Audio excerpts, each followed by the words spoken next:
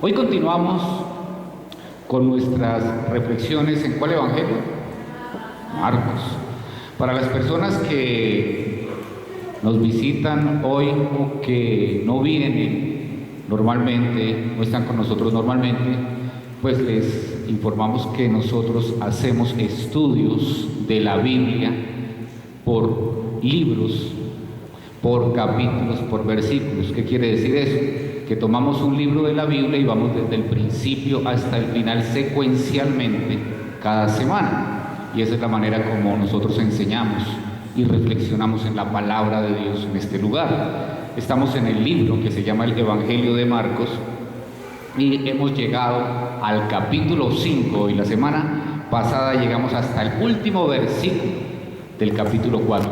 Y eso es lo que le sucede a los discípulos. Acaban de salir de una serie de enseñanzas acerca del reino de Dios y van a la vida diaria, van a la barca, van al mar, al lago de Galilea, donde están acostumbrados a vivir, y allí es donde enfrentan la prueba que tienen que vivir y no les va bien en esta prueba. Pero también reflexionábamos que quien va con nosotros es el mismo Dios hecho hombre, y que cuando pareciera que Jesús duerme en medio de la tormenta, es porque Él tiene el control. Y que cuando estamos en medio de la tormenta, podemos descansar tranquilos, porque Jesús no se ha bajado de la barca.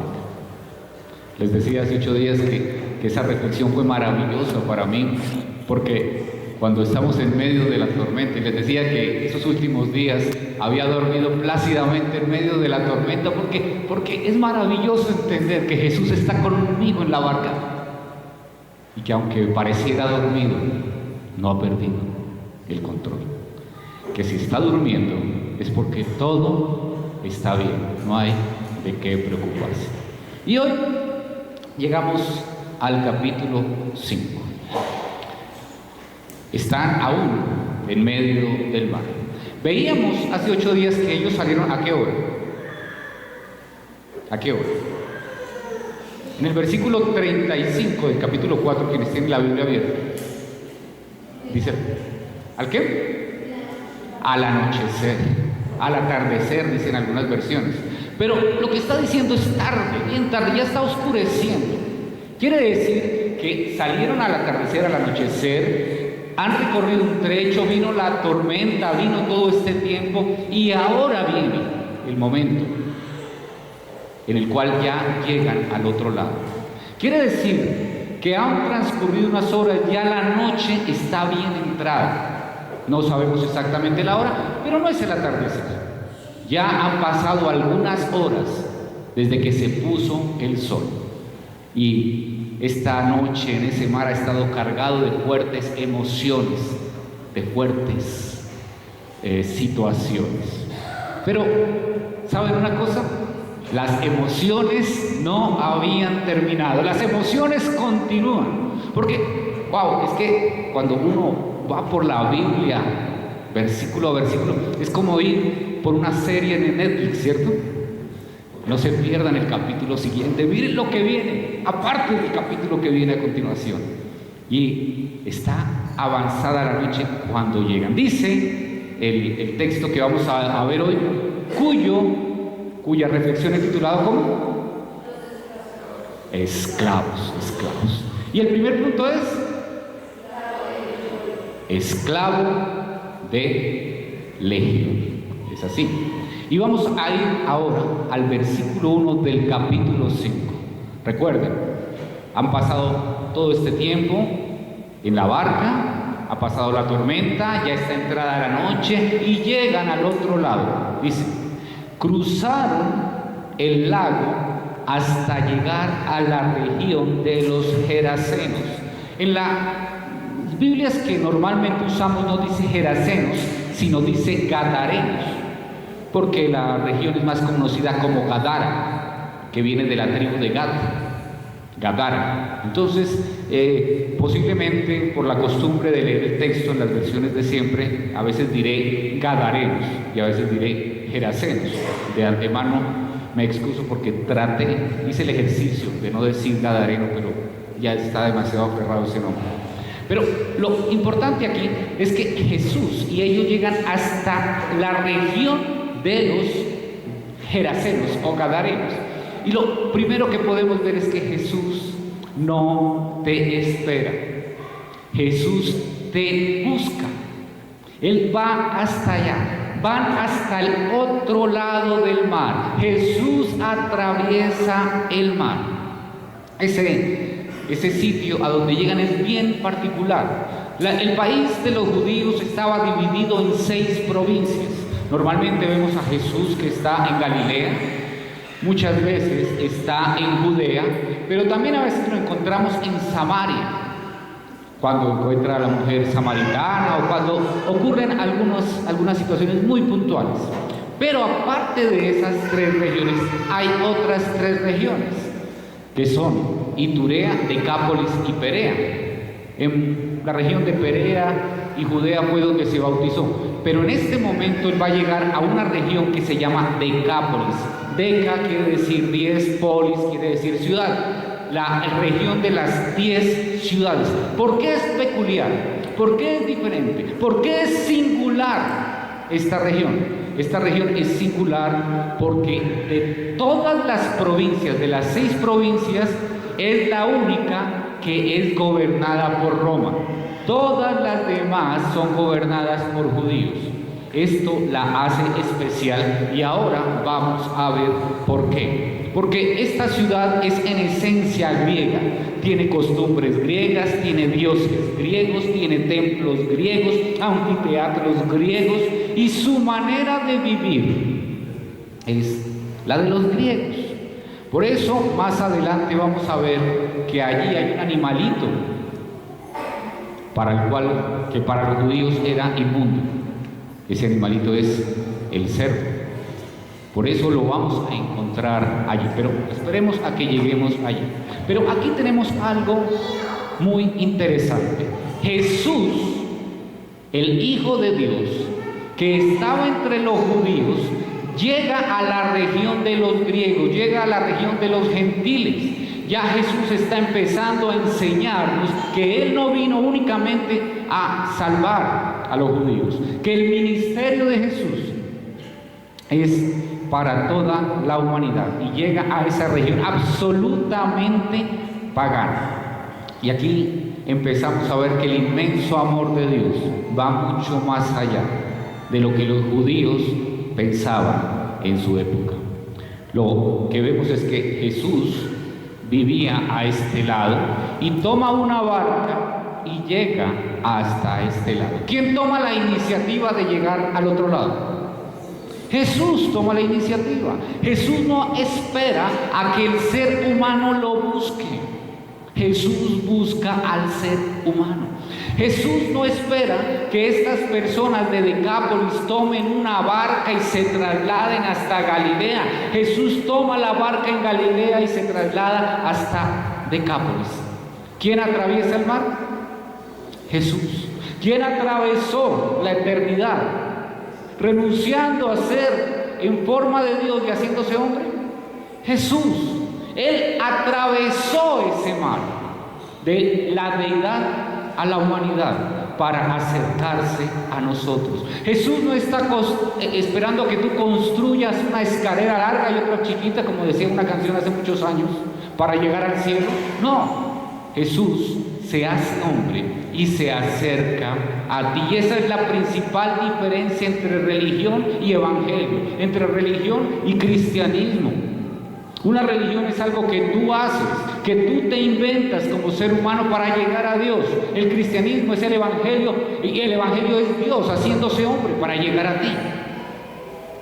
Son sentidos completamente opuestos. Si tú estás haciendo algo, si te estás inventando algo, si estás tratando de lograr el favor de Dios de alguna manera, tú estás viviendo una religión. No estás viviendo el evangelio de Jesucristo. Él se acerca a ti. Jesús no va a donde están los que lo merecen. En esa época cualquiera pensaría que los que merecen que el Mesías se acerque a ellos. A ellos son los sacerdotes, los saduceos, los fariseos, los religiosos de la época. Y al contrario, Jesús una y otra vez tiene problemas con ellos. Pero Jesús no va donde ellos, donde estas personas, entre comillas, tan buenas, tan honorables, que se han esmerado toda su vida por cumplir. No, Jesús toma una barca y se va al otro lado, donde los paganos, los que adoran ídolos, los que cada semana están ofreciendo sacrificios a ídolos paganos, a ídolos griegos. Él toma la barca y se acerca a los que lo necesitamos, a los que estamos lejos de Él, a los que no cumplimos, a los que nos tropezamos. Él toma la barca y se aleja de los que sí cumplen. Los ama también, pero Él no se queda con ellos, va hasta el otro lado. Dice el versículo 2: tan pronto como desembarcó Jesús, un hombre poseído por un espíritu maligno le salió al encuentro de entre los sepulcros. Ahora, no sé qué horas serán, 9, 10, 11, 12, no nos dice. Han pasado algunas horas desde que salieron, desde que se puso el sol, y llegan al otro lado. Este sitio, que ya lo han encontrado los arqueólogos, es un sitio de rocas calizas, donde hay muchas cuevas, y algunas naturales y otras hechas por las personas. ¿Para qué usaban estas cuevas allí en medio de las rocas calizas? Para enterrar a los muertos. Dice que salió al encuentro entre los sepulcros. No nos imaginemos un cementerio como los que conocemos hoy día, o un jardín cementerio que es mucho más bonito. No, son cuevas en la roca caliza, desordenadas en uno y otro lugar. Esta escena es espeluznante, digna de cualquier película de horror. Tarde en la noche, no hay luz artificial, no hay bombillos, no hay reflectores, no hay un camino claro. Una zona que ellos no conocen, se bajan rocas altas, cuevas por un lado y otro, y de pronto, por allí a lo lejos, ven a un hombre poseído por un espíritu inmundo. La escena es absolutamente tétrica.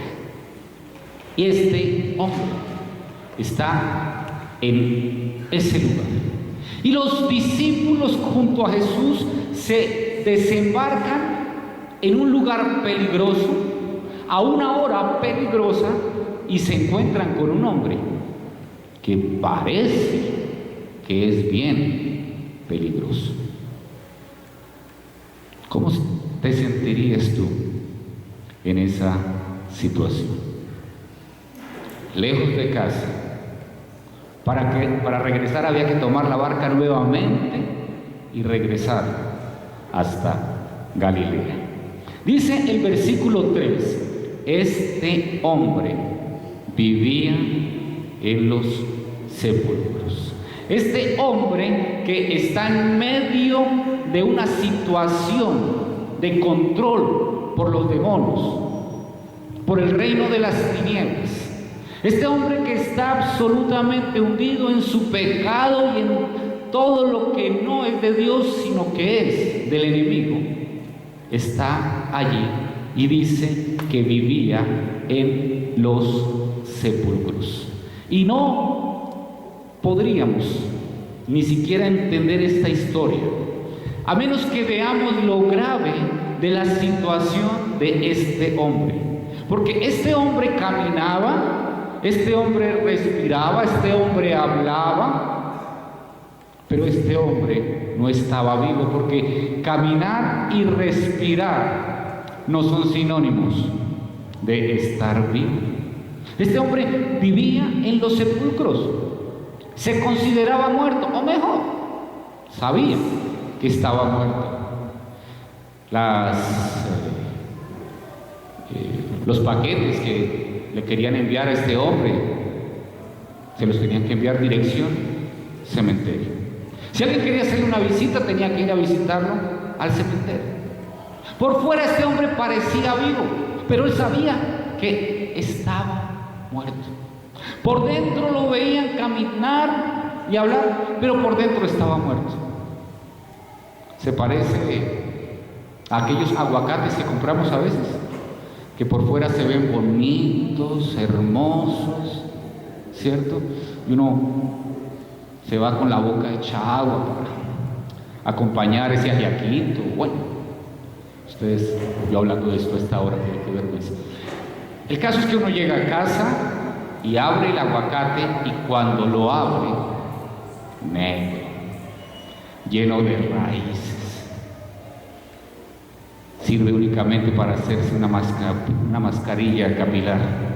Bueno, algunos también en la cara lo usan. ¿Por qué? Porque por fuera se veía hermoso, pero por dentro no servía para nada. Así era este hombre. Por fuera parecía vivo, pero por dentro estaba muerto. ¿Pero eso solo le ocurre a él? No, eso le ocurre a toda persona que no ha nacido de nuevo. Eso le ocurre a toda persona que sigue caminando por la vida sin haber recibido el regalo de Jesucristo, que se lo da en la cruz del Calvario. Es exactamente lo mismo. Nos encontramos cada día con cientos, miles de personas que caminan por las calles, van a trabajar, van a colegios, universidades, respiran, caminan, hacen mercado y están muertos. Porque aunque por fuera parecen vivos, mientras no se encuentren con Jesucristo y reconozcan su pecado y reciban el regalo de la salvación, continuarán muertos, porque nacemos muertos y seguiremos muertos hasta que tengamos un encuentro con Jesucristo real y recibamos ese regalo dado en la cruz del Calvario. ¿Cuántas personas en medio de esa muerte viven, entre comillas, mueren sin sentido y sin esperanza? Dice a continuación el versículo 3: y ya nadie podía sujetarlo, ni siquiera con cadenas. El cuadro que nos está mostrando allí es terrible. Este hombre, por acción de las fuerzas del reino de la oscuridad, tenía algo grande por dentro, una fuerza descomunal. No podían controlarlo, no podían sujetarlo, lo amarraban con cadenas y la soltaba, la rompía, algo sucedía con este hombre. Dice el versículo 4: muchas veces lo habían atado con cadenas y grilletes, pero él los destrozaba y nadie tenía fuerza para dominarlo. ¿Cuánta fuerza tenía este hombre? Físicamente tenía mucha fuerza, pero espiritualmente no tenía ninguna fuerza, porque no podía resistir a la acción del enemigo en su vida. Y a veces nos puede suceder a nosotros lo mismo.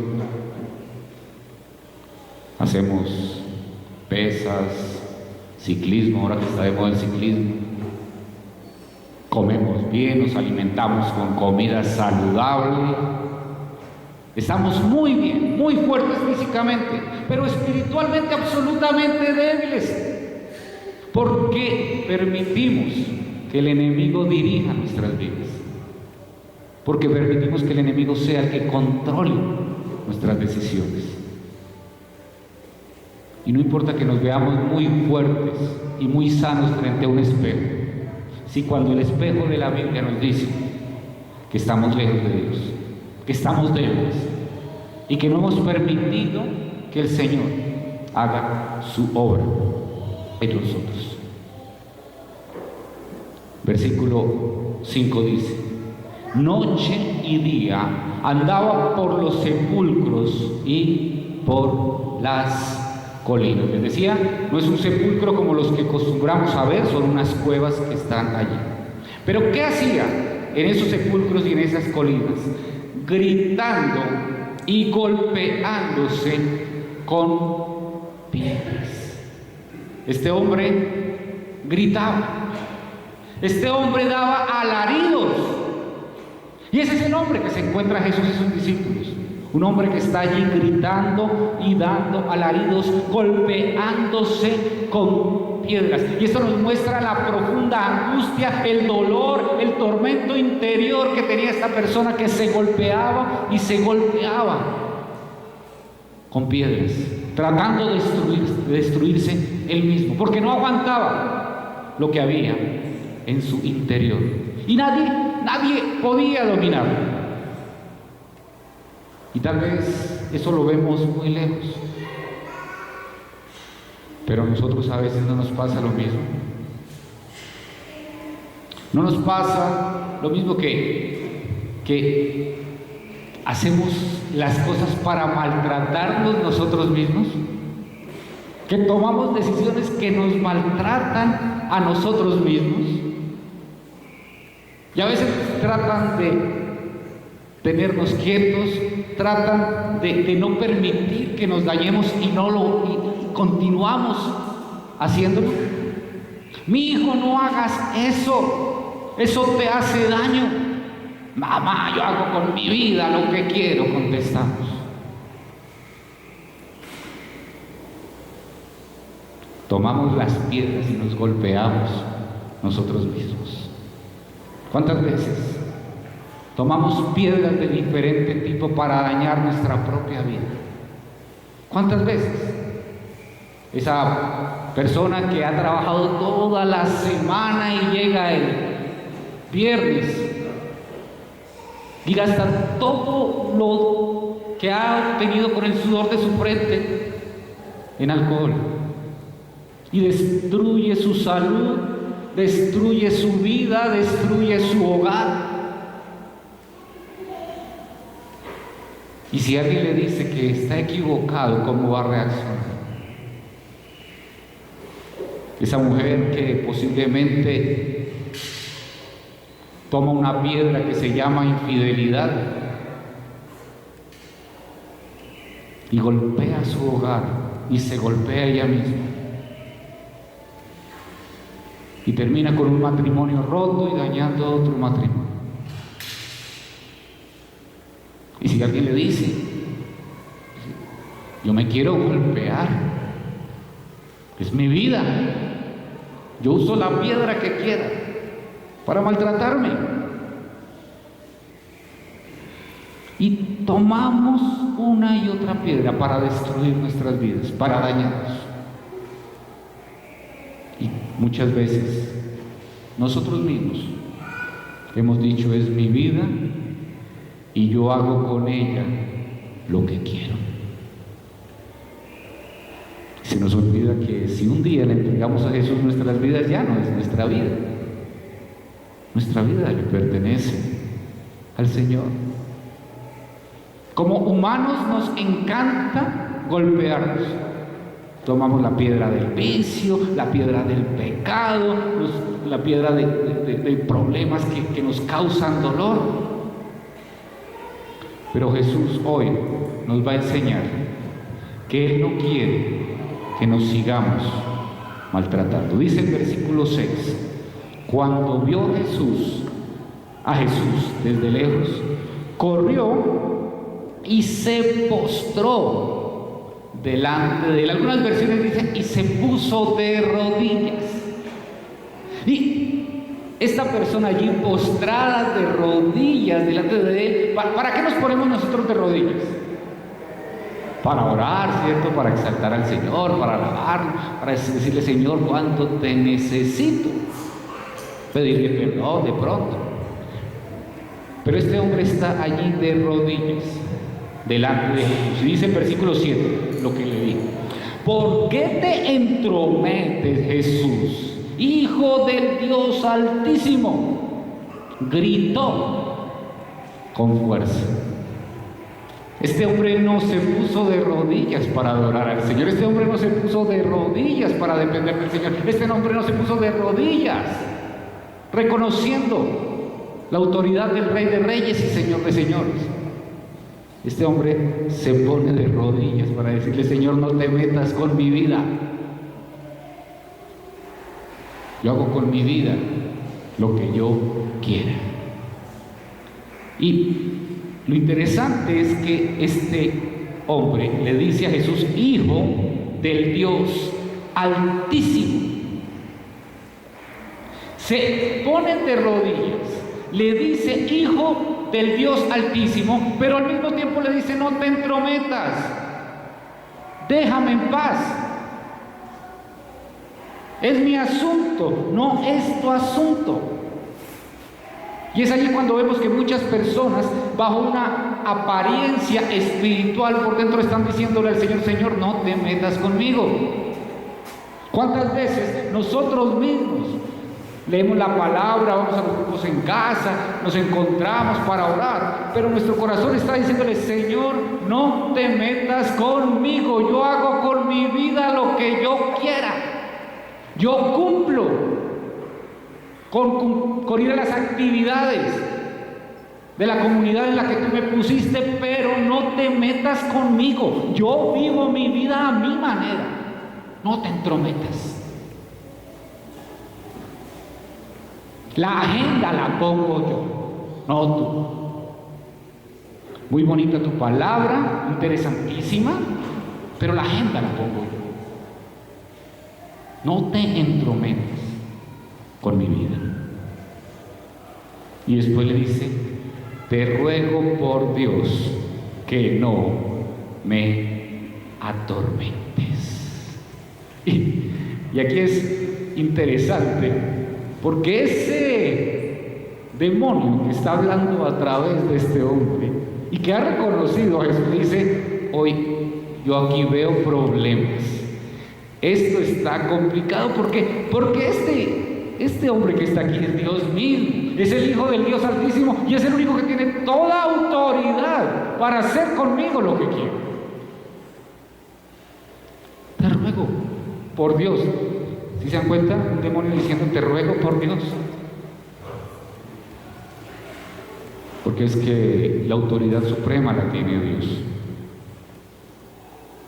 Aún los demonios piden permiso,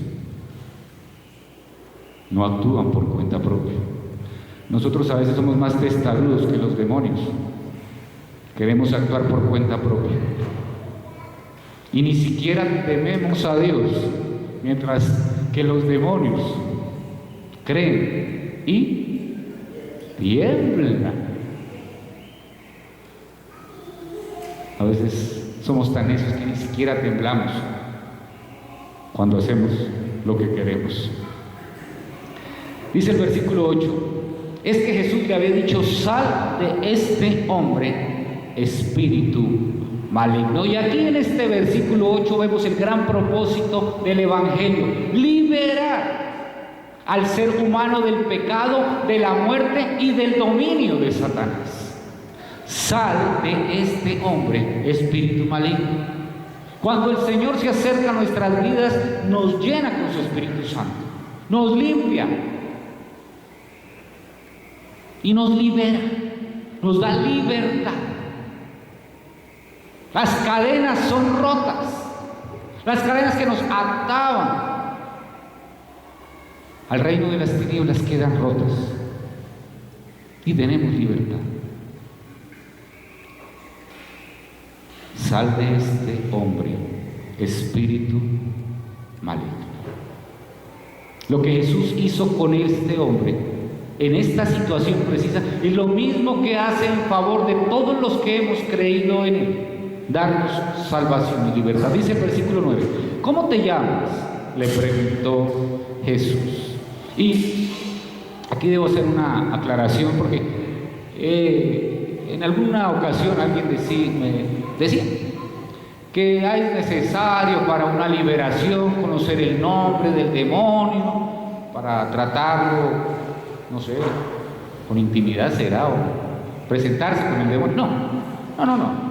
Realmente esto no es así. Es en el único sitio, en el único momento que Jesús le pregunta el nombre a un demonio. No podemos hacer de eso doctrina, ni práctica, ni nada de eso. Es algo que hizo Jesús en ese momento y no lo vuelve a hacer. Entonces no podemos tomar este pasaje como base doctrinal para nada.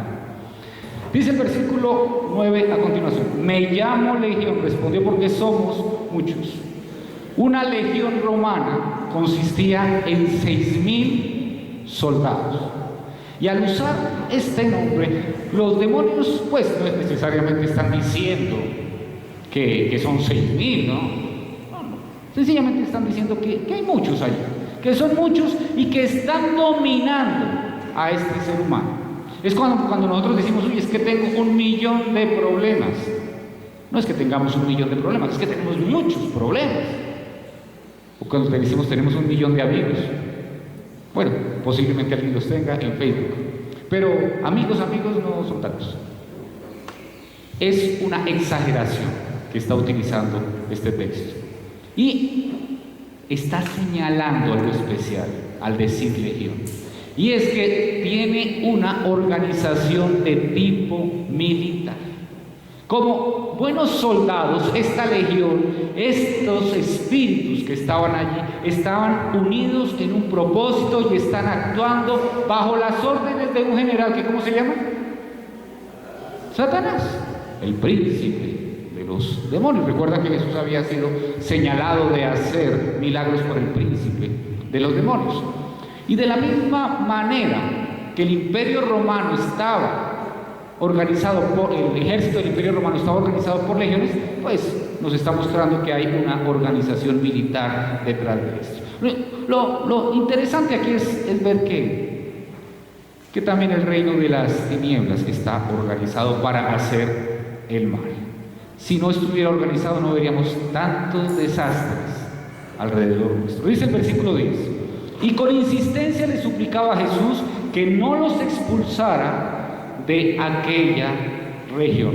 Los demonios que están en este hombre no quieren salir del hombre, porque sencillamente quieren tener dominio y mantener el dominio donde han llegado.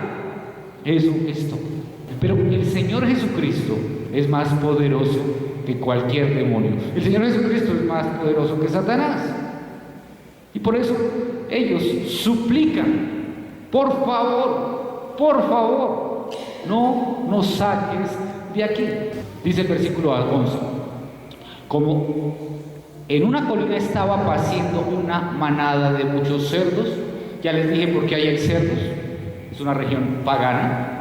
Los demonios le rogaron a Jesús, y vuelvo y les reitero: los demonios no actúan por cuenta propia, piden permiso. Dice el versículo 12: mándanos a los cerdos, déjanos entrar en ellos. Y aquí llegamos tal vez al colmo de la desfachatez de estos demonios. Le proponen un trato a Jesús. Le dicen a Jesús: bueno, si es necesario que nos saquen, mándanos a estos cerdos, no nos destruyas, no nos envíes a otro lugar, mándanos a estos cerdos, déjanos entrar en ellos. Ahora les pregunto: ¿Jesús tenía poder para echar a los demonios de este hombre? ¿Tenía Jesús que hacer un trato con ellos? ¿Podía sencillamente decir: se van y punto, no me hablen de cerdos, no me hablen de nada, fuera de aquí? Habían podido hacerlo. Pero Jesús acepta el trato. Dice el versículo 13: así que Él les dio permiso. Cuando los espíritus malignos salieron del hombre, entraron en los cerdos, que eran unos 2.000, y la manada se precipitó al lago por el despeñadero y allí se ahogó. Jesús permite que se ahoguen 2.000 cerdos. Y es allí donde viene la balanza de Dios. Jesús había podido decir: nada, nada, ni cerdo, ni cabra, ni caballo, ni perro, nada. Se van. Pero Jesús quiere dar una enseñanza a través de esto. Y es que Jesús tiene una balanza y cualquier vida es más importante que lo que sea. La vida de ese hombre es más importante que 2.000 cerdos o 5.000 o 10.000 o una gran cantidad de caballos o de elefantes o lo que ustedes pongan allí. La vida de un ser humano vale más que cualquier cosa. Y eso es lo que nos enseña allí. Cuando estos se precipitan por el despeñadero y mueren, recordamos que el Señor solo les dio permiso para ir a los cerdos, no para matarlos. Ya el resto fue la reacción normal del reino de las tinieblas. Punto 2. Esclavos de sus intereses. Los que cuidaban los cerdos salieron huyendo y dieron la noticia en el pueblo y por los campos, y la gente fue a ver lo que había pasado. Naturalmente, sucede lo que tiene que suceder. Estas personas van, cuentan, dicen: miren lo que sucedió, estábamos cuidando unos puercos y este hombre hizo algo, mandó los demonios allí, se murieron toda esta cantidad de puercos, y van y le cuentan. Dice el versículo 15: llegaron a donde estaba Jesús, y cuando vieron al que había estado poseído por la legión de demonios, sentado, vestido y en su sano juicio, ¿qué les pasó? Tuvieron miedo. Dos cositas rápidamente de este versículo. Después de un encuentro con Jesús hay libertad. Este hombre al principio estaba desnudo, corriendo por los sepulcros como un loco, gritando, intranquilo, desesperado, golpeándose con piedras, rompiendo cadenas. Y ahora este hombre está sentado, está tranquilo, está en paz, está vestido. Su dignidad ha sido recuperada. Está siendo agradable a los demás. Antes esta persona era desagradable. Antes esta persona era terrible, nadie se quería encontrar con ella. Ahora esta persona está vestida, limpia, aseada, tranquila, no grita. Y cuando lo ven, ¿qué sucede? Tiene miedo. Increíble como somos los seres humanos, ¿cierto? Este hombre que ahora está en su juicio cabal, este hombre que ahora ha encontrado la verdad, este hombre que está disfrutando de una vida nueva, de un nacimiento nuevo, de una vida abundante. Nadie jamás hubiera imaginado que este hombre pudiera estar en esta situación. Pero el poder del Señor Jesucristo logra que esta vida cambie, se transforme totalmente. El poder del Señor Jesucristo llega donde nadie más puede llegar. Este hombre está allí. Pero para que este cambio tuviera que suceder, o pudiera suceder, tenían que entender que Él era más importante que 2.000 cerdos. Y alguien habría podido pensar: bueno, tan exagerado Jesús, pues que se salven los cerdos y que se salve también el hombre, ¿cierto? Pero Jesús nos quería enseñar. Dice el versículo 16: los que habían presenciado estos hechos le contaron a la gente lo que había sucedido con el endemoniado y con los demás. Comienzan a llegar los curiosos: ¿qué fue lo que sucedió? ¿Qué pasó acá? Nos dijeron que habían muerto 2.000 cerdos, nos dijeron que el endemoniado, que ya era parte del panorama, del paisaje de la región, que fue sanado, que ahora está tranquilo. ¿Qué es lo que está sucediendo? Y le empiezan a contar lo que ha sucedido. Miren lo que sucedió, esto ha pasado, esto ha ocurrido. Ese hombre que llegó del otro lado del mar, de la zona de los judíos de Galilea, hizo esto. Dice el versículo 17: entonces la gente comenzó a suplicarle a Jesús: quédate en este lugar, necesitamos que sigas haciendo milagros, necesitamos que sigas cambiando vidas, necesitamos que sigas transformando la existencia de los gerasenos o gadarenos. ¿Eso le dijeron? vete de aquí. Comenzó a suplicarle a Jesús que se fuera de la región. Y es tan espectacular cómo los seres humanos actuamos de manera absurda, porque Jesús, estando en esa región, era una garantía que los demonios no volverían a hacer algo similar con otras personas. Además, ver a este hombre en esta nueva condición de gozo era algo para alegrarse todos. Pero estas personas se habían sentido golpeadas en donde más les dolía, en el bolsillo. Se habían perdido 2,000 cerdos. Sacaron las calculadoras y empezaron a hacer cuentas cuánto habían perdido. Y empezaron a pensar, si son 2,000 cerdos por cada endemoniado,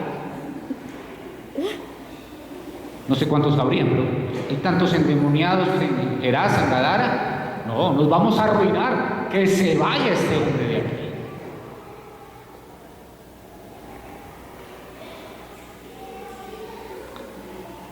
Los dueños de los cerdos no quieren que Jesús obre.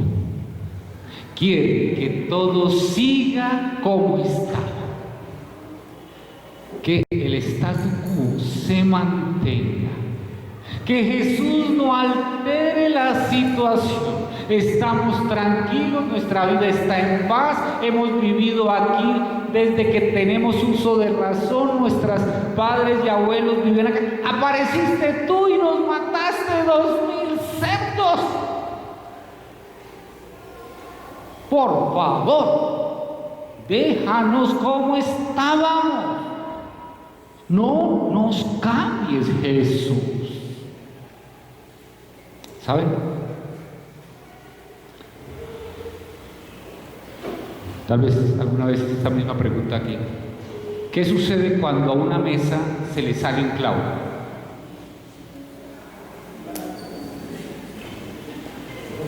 Ustedes tienen su mesita todos los días y de pronto descubren que un clavo se salió. ¿Qué hacen? Van y buscan un martillo y le dan el golpe al clavito. Eso es lo mismo que hacemos, es lo mismo que estaba haciendo estas personas en esta región. Un hombre logró sacar la cabeza, fue liberado, era una nueva criatura. Y hay la posibilidad que a otros les suceda lo mismo. Pues no. Aquí nadie más saca la cabeza. Todos seguimos igual de hundidos.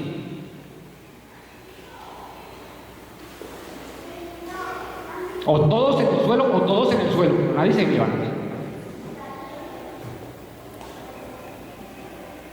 Nadie saca la cabeza, nadie es liberado, nadie va a ser nueva criatura, nadie va a descubrir el amor de Dios. No.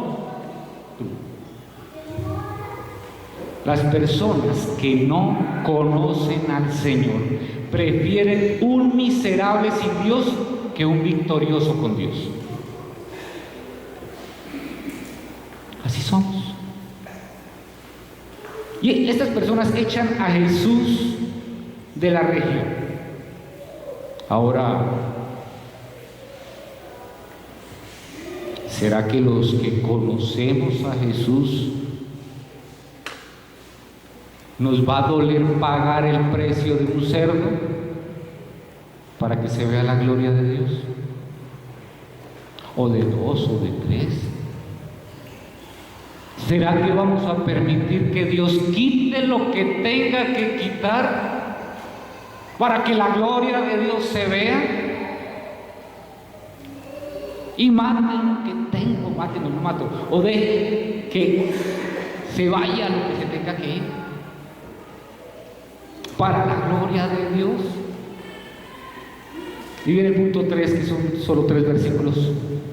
Esclavo por amor. Mientras subía Jesús a la barca, el que había estado endemoniado le rogara que le permitiera acompañarlo. Claro, desde luego, El Señor ya se va, lo echan. Jesús no les ruega. Jesús no se queda donde no es bienvenido. Jesús no nos obliga.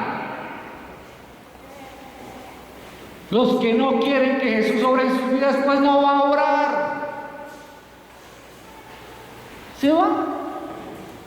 No quiere esta gente que yo siga acá. Se sube a su barca y se regresa, porque Él no obliga a nadie a tener fe en Él. Él no obliga a nadie a amarlo. Él no se va a imponer a la fuerza. Y este hombre quería irse también de allí. Tal vez quería caminar más cerquita de Jesús otro tiempo. Este hombre quería cambiar, ya no quería estar en ese lugar donde lo conocían, donde lo habían visto endemoniado, donde no era tan recomendable. Y a veces nosotros también quisiéramos escapar.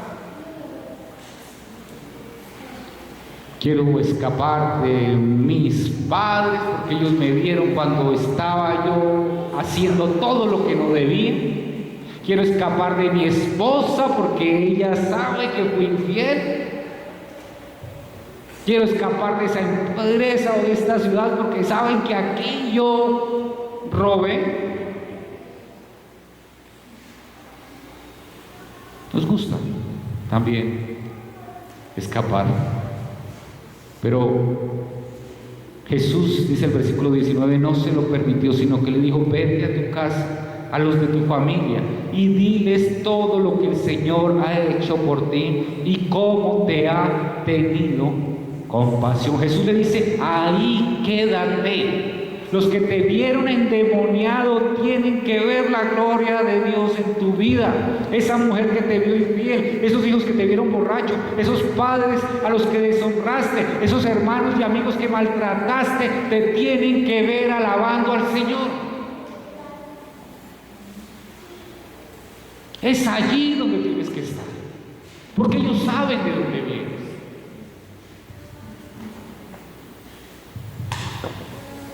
La bendición de una comunidad de fe que permanece junta es que nos conocemos. Y esa es la bendición de los grupos en casa. Porque es que ahí es donde nos conocemos. Ahí es donde nos quitamos las máscaras. Ahí es donde sale a la luz lo que realmente somos. Nuestro carácter fallido, nuestras debilidades, nuestras situaciones más difíciles salen a la luz y podemos orar los unos por los otros y crecer juntos, porque no tenemos esa máscara que nos ponemos en una vida religiosa.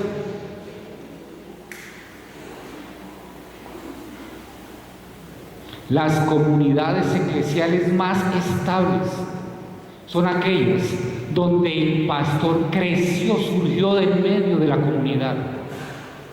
Y lo vieron siendo un pequeñito, corriendo como estos niños que han estado corriendo hoy, feliz de un lado para otro, y lo vieron en su juventud, en su adolescencia, luchando con su fe, de pronto tropezándose, haciendo lo que a los demás les dolía. Y lo vieron equivocándose a ese pastor. Y cuando llega a ser el pastor no tiene nada que ocultar porque lo conocen completamente, porque saben quién es. Porque se ve la gloria de Dios en su vida.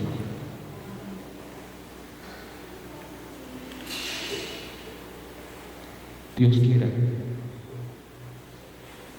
que podamos ser una comunidad así. No, es que aquel, cuando tenía 17 años, se nos enloqueció. Pero el Señor lo volvió a traer y lo levantó.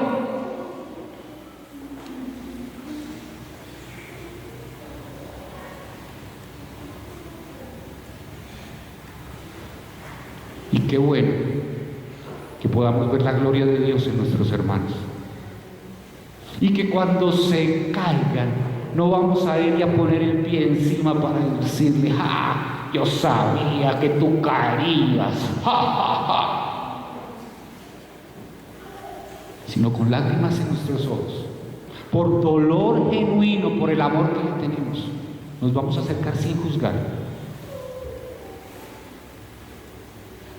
Y le vamos a decir: ven, y nos vamos a comer una empanadita mientras oramos. Porque no voy a hablar de eso si tú no quieres hablar de eso. Solo voy a orar por ti. Y si no quieres que ore por ti, lo haré a solas allá. Pero no te vengo a maltratar, te vengo a levantar.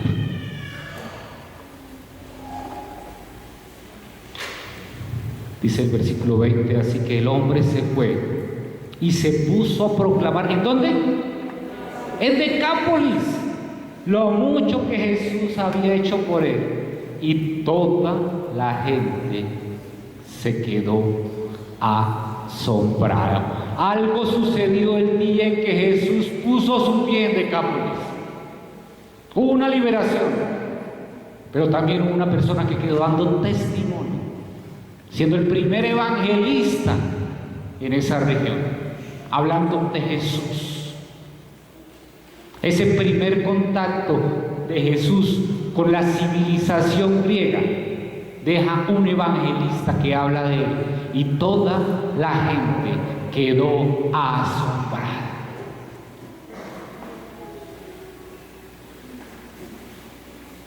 Este hombre no solo se quedó en Gadara, en Gerasa.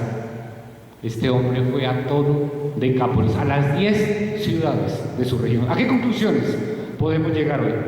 El Señor nos busca. El Señor nos busca. Llega a nuestras vidas para darnos salvación. Llega a nuestras vidas para darnos libertad de nuestras esclavitudes. Es necesario que dejemos de resistirnos a la obra de Dios en nuestras vidas, que lo dejemos actuar, que lo dejemos limpiar, que lo dejemos liberar. A medida que Jesús nos libera, nos envía a testificar a las personas que tenemos cerca primeramente. Y les he dejado las preguntas que están allí en sus bosquejos para reflexionar. ¿Recuerdas la fecha o el año que Jesús llegó a tu vida para darte salvación y liberarte de tus esclavitudes? ¿De cuáles intereses malsanos, pecados o tentaciones te ha liberado el Señor? ¿De cuáles intereses malsanos, pecados o tentaciones sigues esclavo? ¿Cómo reaccionas a la palabra de Dios o al Espíritu Santo cuando te muestra que hay un área de tu vida que sigue en esclavitud? Y la última: ¿has llevado la palabra de Dios a los de tu casa, a los cercanos, a los que te vieron esclavizado al pecado? ¿Qué tal si oramos? ¿Les parece?